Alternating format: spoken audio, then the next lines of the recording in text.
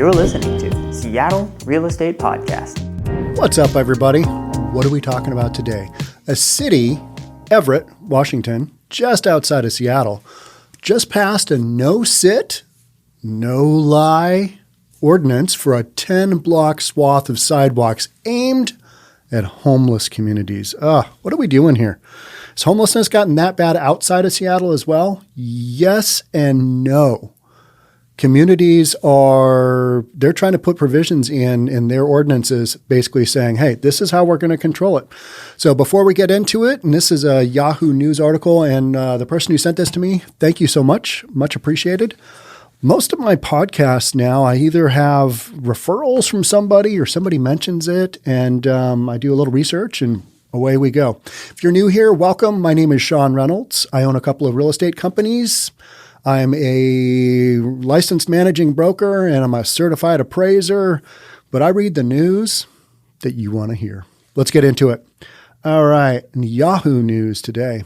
Controversial no-sit, no-lie ordinance will soon go into place in Everett, Washington. The ordinance was passed with a 5-1 city council vote and is meant to address the city's homelessness crisis. I'm kind of reading the highlights here. Detractors say the action further criminalizes homeless people. So you've got that whole argument. It criminalizes their actions, and yet living in the park, not a good look for a city. So we're trying to balance out these two things. And it's a super difficult thing because people who are down on the luck, they've had a tough time. Maybe they've been on the streets for a while. They're not trying to do anything crazy. They're just trying to get by. Now, a lot of people would say, well, what about the drugs? What about the crime? What about the vandalism? What about the graffiti? Okay, yeah. And those are definitely factors that come with this as well, right? So that's why a city like Everett is looking to do something here. On Tuesday, this was a couple of days ago here, I'm recording this on a Friday, and this is my second day back from Maui, kind of getting into the rhythm of things here. It just takes a little bit to get back, right? You're like, what day is it? What time is it? Because as I was over in Maui, you guys did the daylight savings time thing. And so I came back and Seattle was 3 hours ahead from where I was. Not 2, but 3. So it's like, oh man, I feel like getting up now, but I don't know. You know, it all gets so wacky. On Tuesday, Everett, Washington, a city 30 miles north of Seattle, passed a controversial local ordinance that will bar people from sitting or lying down in a 10-block swath of the city. It's kind of an industrial area of Everett, but they're trying to clean it up, trying to keep it, do the best that they can. The ordinance passed in the Everett City Council 5-1. It covers a section of the city's industrial area. Violators will either face a $500 fine or 90 days in jail when it goes into effect. Now, I don't think the purpose of this isn't to throw people in jail or to put, onerous fines on them. It's to create some kind of guidelines for, hey, we don't do that in Everett. If Seattle had this kind of stuff, and I don't even know what their homelessness, do they even have any sort of violations like this? I don't know, because it doesn't feel like they do, fines or imprisonment and whatever, because Seattle just kind of lets anything go. I mean, drugs, violence, you name it, we let it go. We don't prosecute it because we love our fellow human beings, and that's just what we're doing here in Seattle. But further out from Seattle, and I talk about this repeatedly, further out from Seattle, just a few miles over from Seattle here in Bellevue, we don't tolerate that kind of stuff. We've got zoning laws. We keep them clean. We've got to look to the city that people appreciate. And people want to be able to go to their parks. They want to be able to take their kids to their park and not have to worry about hypodermic needles. They, don't want garbage strewn all over everywhere. And that's what this is trying to implement, is a system for how do we handle the homelessness situation. Everett's population of people experiencing homelessness has grown in recent years, as it has pretty much everywhere. And since the pandemic, numbers have exploded, right? And according to, has grown in recent years, and according to local news station King TV, they do a lot of local stuff. And an encampment was set up along the street of the Everett Gospel Mission, a homeless shelter. And that's kind of a big mission right there. Free food and all that stuff, services, that kind of thing. Everett's local government said there are almost 200 people experiencing homelessness in the city, and that since 2016, that number has risen. I would love to know what the number is in Seattle. Somebody is saying, it's last census, I think it was between 5,000 and 6,000 people. But it's probably closer to 10,000. If you talk about 10,000 people, and I've talked about this before, that's just a load. That's a town. That's a decent sized town. We've got towns around here. You go an hour outside of the Metroplex, and we've got towns that are like less than 10,000 people. And you're like, oh my gosh, that is how many people are living on the streets, don't have a roof over their head. They're living in tents. They're doing the best they can. And our local government just kind of turns a blind eye and goes, well, this is just how it is. And they just let her rip. Whereas in other towns outside, like in Everett here, and Everett is to the north, so it's in Snohomish County, that handles things very differently. Penelope Prothero, the director of local nonprofit Angel Resource Connection, told the Daily Herald, that's an Everett newspaper, the Daily Herald, that Everett's homeless population will be hurt by the ordinance. I consider it like a trap zone for people who go and get meals twice a day from the mission, she said. It's like, here is your food, come and get it. I know you're hungry, but you can't sit down or take a load off. Now, from what I'm understanding, I talked with one of my appraisers, Nathan Morello, and I don't usually use people's names, but people that I deal with on all the time. And I'm like, hey, I'm going to talk about this. And they're like, whatever. Go do your thing, Sean. Nathan's been an appraiser with Reynolds and Kline, and he's also a summit broker. And he's been around a long, long time. And we were talking about this because he lives up this direction. And he's like, I don't think they're putting the ordinance into place until they get another shelter system in place. So I was like, okay. So it's not like, and I brought this point up, hey, if you get your food from the shelter and then you got to leave. And he's like, no, I don't think this ordinance is going into place until they get a couple of other things squared away so that people who do come and get their food, they aren't impacted by this ordinance. They've got a place to go. There's another shelter being set up, I believe. Before the ordinance was voted on, local officials called for 20 pallet houses to be built behind the mission in order to house 30 people. And that's part of what we're talking about here. The ordinance, which detractors say criminalizes and discriminates against homeless individuals, will go into effect after the houses are built.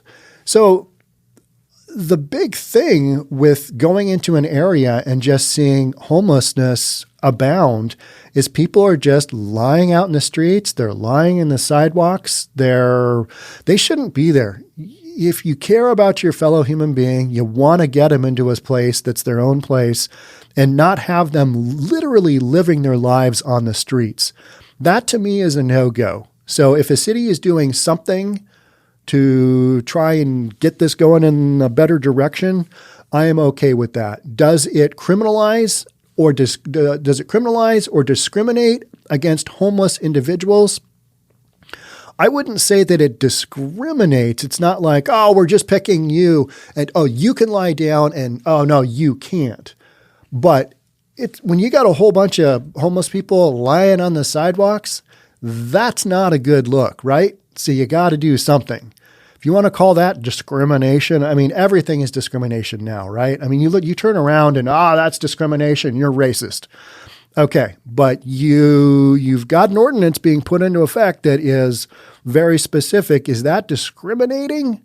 What about, people speeding on the highway? You're discriminating against those leadfoot drivers. You are discriminating. That's not good. We can't have that. We need to just let them open up their cars and drive as fast as they want. You know what I mean? I mean, it's kind of like, let's just be reasonable here. Criminalize, does it criminalize it? Does it make it a crime? Well, there's got to be some repercussions for actions because otherwise you end up like Seattle, right? And you've just got this overrun effect. Or Portland. Let's throw out Portland. Or let's go a step further. Let's take this to the next level. San Francisco. How about Venice Beach? Talked about Venice Beach a bunch yesterday. I mean, their look is just atrocious. Talked about the real estate market in Venice Beach slowing down because people don't want to buy a $3 million home. They don't want to do that if they're having to look out the sidewalk and have a bunch of people, living in tents and doing that whole thing. And it's not just that people are living in tents and they don't have another place to go. It's kind of all the other stuff that goes along with homeless encampments. I mean, you look at the crime sheet on Denny Park here in Seattle. If you want to look at a few of the videos I've done on that, the statistics, they speak for themselves. You've got domestic violence, which is two people in a tent, somebody beating on somebody else. You've got rape, you've got drug dealing, you've got assault, you've got all, stealing stuff, robbery, all that stuff. Just, you look at the statistics in a homeless encampment and they're off the charts and you're like, shut that mother down, right? I mean, as a reasonable human being, that's what I kind of think is you need to close that bad boy out and you need to get those people, either get them into rehab, put them in jail. If they're committing crimes, those are your two options. Or get them into housing if they are willing to do some kind of outpatient program, if they got an addiction problem, because 99.9 whatever percent of the people, they've got some kind of chemical dependency issue, right? I mean, we just know that that's the case. So you got to get these people some help. If they don't want help, then they're going to have to deal with the repercussions of their decisions. That's life, unfortunately. Council member Liz Vogelli, the sole opposition vote, said, arson is a crime, property damage is a crime. I don't think sitting and lying down is a crime, nor do I think that it's a good idea to create it as a crime. Well, the opposite side to that argument is that all the other stuff that comes with homeless encampments, those are actual crimes. And that's what we're trying to prevent here, right? I mean, let's just be honest. The actual fact of sitting and lying down being a crime, that's not really the point. The point is if you get a whole bunch of people sitting down and lying down on the streets, that's not how a city should look. That's just not. That's not our end goal. But people make these statements. They want you to think arson isn't a crime. Property isn't a crime. Is sitting down a crime? Is lying down a crime? No, it's not. But if you lie there and you sleep there and that's what you're doing full time around the clock and there's ordinances against that, you got to do something. City's got to do something. They got to figure something out. And that's what Everett's trying to do here. According to the Daily Herald, the Tiny Homes project will cost around, and this is the project being built behind the shelter here. Tiny Homes project will cost around $1 million and will be funded by a state grant and tax dollars. The mission will be responsible for operating and providing for the project with city assistance. The ordinance was supported by the majority of city council members, Everett's mayor, and the business community in the 10-block area. All right, so you've got three pretty integral, I held up my hand and I actually got three pretty integral parts of a city that were on board. City council, all right, good for them. The mayor, all right, also on board. Oh, the business community. See how they're all kind of working together? And guess what? Their streets will look way better in this area if they can get some action from this. Because you got to do something. That's what I keep saying. You can't just let this go because then you end up with business owners like they are in Seattle or they are in Portland going, oh my gosh, nobody's going to come buy any more stuff from our stores or our businesses because people don't want to play the dodge the human excrement on the sidewalk. They really don't. And I overuse that because it's just one of those things you shouldn't have to deal with in a city, and yet you do. And how many videos do you watch, like on San Francisco, where they are Oh yeah. Within a 15-foot radius, I found human poop and also, a dirty hypodermic needle, maybe 2. I mean, in San Francisco, that's normal. And Venice Beach, same thing. Same thing in Denny Park. When I was there, I got out of my car, walked around because I was taking my camera and freaking pouring rain. Yeah, there's a hypodermic needle. I mean, you don't even have to set that stuff up. It's like, all right, this is guaranteed. The Herald reported that Everett city officials said the city spends $100,000 a year on street cleanup in areas with encampments. $100,000 a year. Just cleaning up other people's crap. That to me is a no-go. That shouldn't have to do that. No, that's a no-go. But we love our fellow human beings so much that that's what we do. Hey, we'll wipe your ass. We'll clean up your stuff. I guess this is what we're doing. There is no perfect solution to addressing homelessness in our community, but every incremental step can make a difference. All right. Totally agree.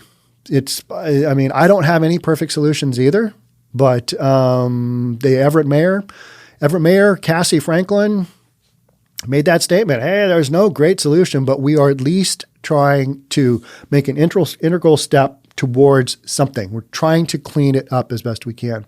Tonight's action allows for us to move forward with an opportunity we have right now, one which would provide new stability, support, and shelter to up to more than 30 more people. So it's not like these ordinances come with zero support. They're trying to get going. They're trying to get traction in the right direction. You got to do something. You can't just let it go because otherwise you end up looking like a Seattle. And then you're like, oh, how did this happen? Oh, we didn't do anything. I wonder. It's like if you don't discipline a kid, a really difficult kid. If you don't discipline that kid, guess what? That kid may or may not turn out to be just a nightmare. You don't know. You got to get that discipline in early. Otherwise, it's not going to go well. And how many friends have you had or, fellow parents at school or whatever, and you're like, get that kid under control. And then, that kid ends up being a cop or something. I don't know. It's one of those things like, really? That kid turned it around? But oftentimes I think it's the parents needing to discipline their kids and keep their kids in line. That means yelling at your kid, do the right thing, and that's what you do. But I think in today's society, we love everybody so much that we're not willing to say a harsh word to anybody. We're just not. I love you so much. Go ahead and you do your thing. Doesn't do any benefits for people. Go ahead and live on the sidewalk. Just sleep on the sidewalk. We love you, and you just do your thing. You shoot up on the sidewalk until you're dead. All right. If that's going to make you happy, and, that's just what you need some clean needles to shoot up with, we'll give them to you. I think that has gone way too far, and I think you're seeing the repercussions of it around the country, and it's one of the things I talk about. Because why do we talk about this on a real estate podcast?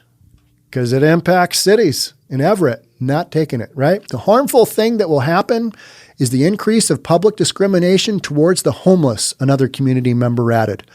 I don't think so, because I don't think the general population is going, oh, geez, there's another homeless guy sitting and sleeping.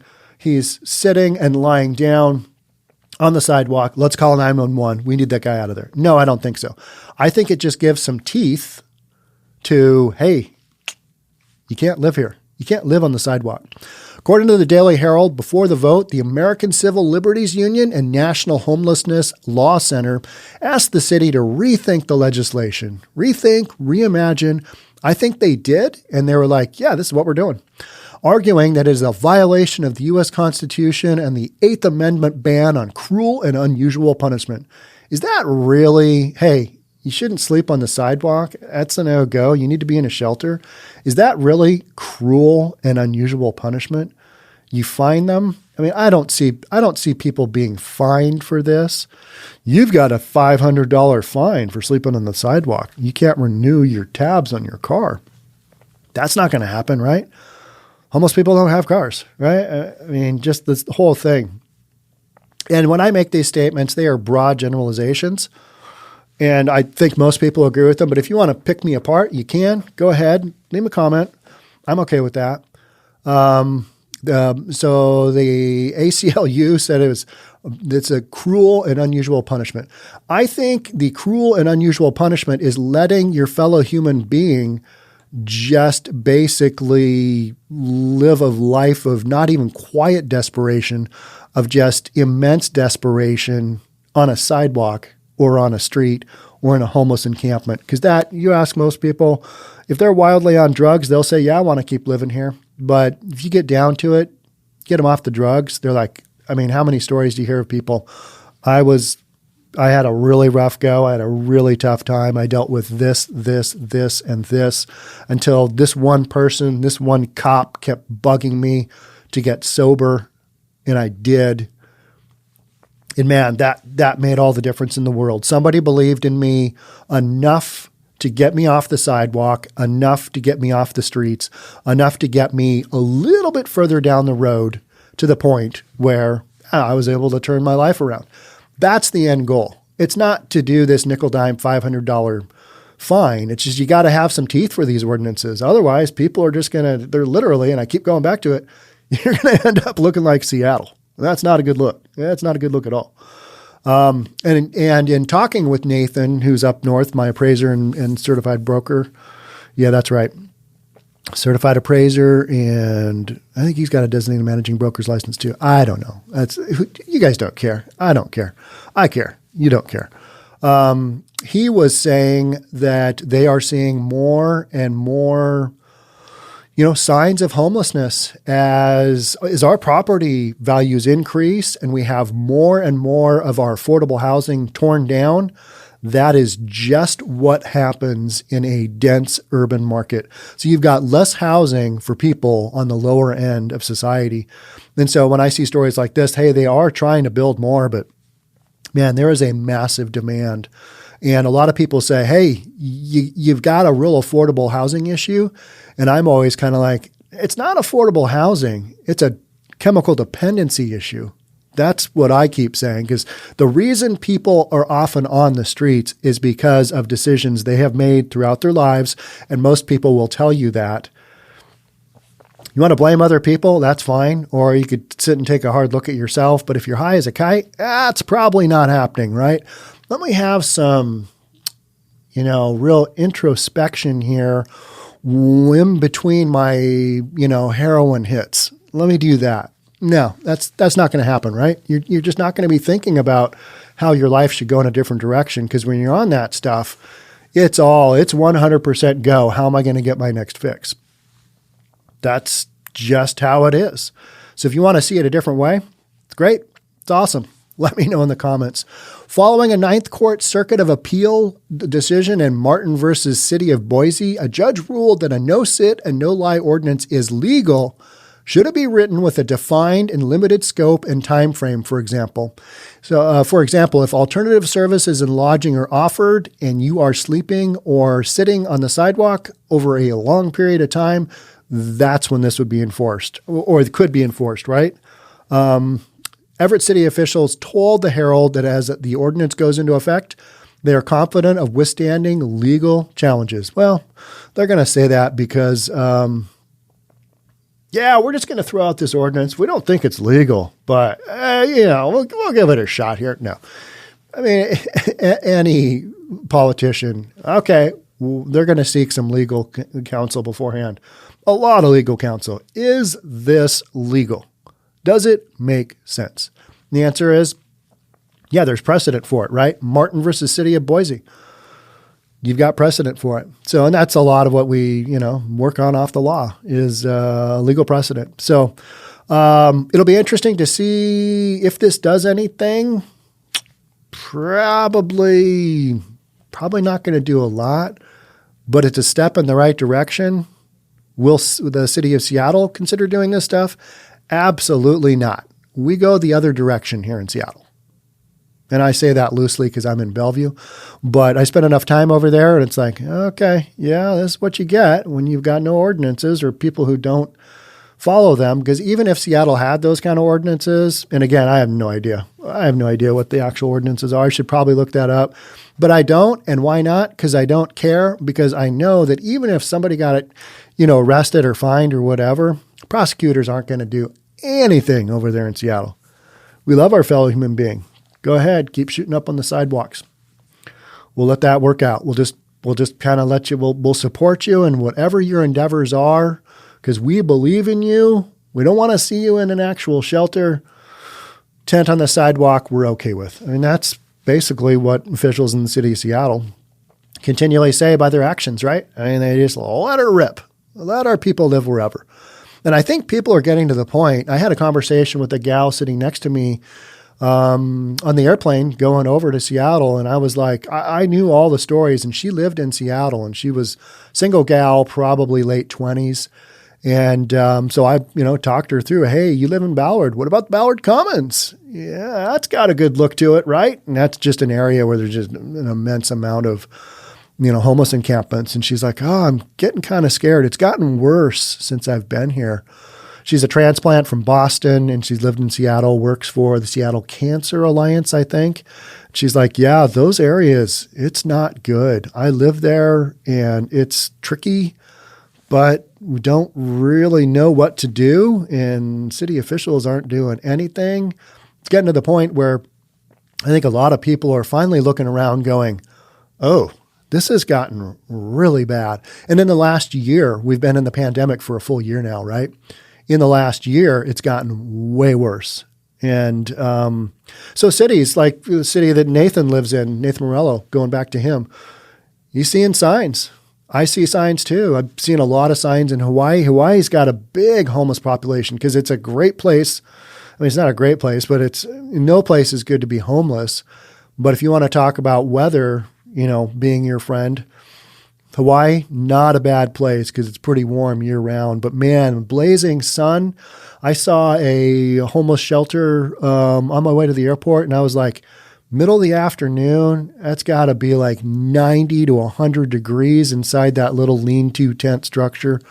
Miserable, horrible. You got freeway exhaust going by, but that's what people are doing. And if local officials let that happen, it just explodes.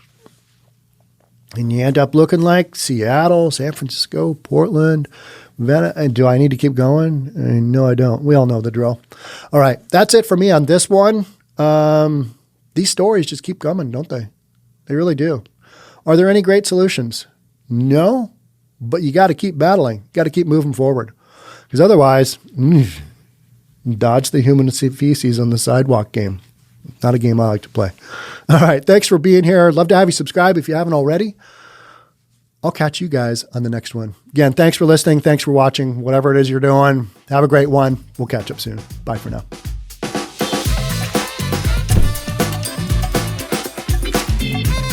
Don't forget to subscribe to our channel and hit the notification bell so you'll know when our next video is out.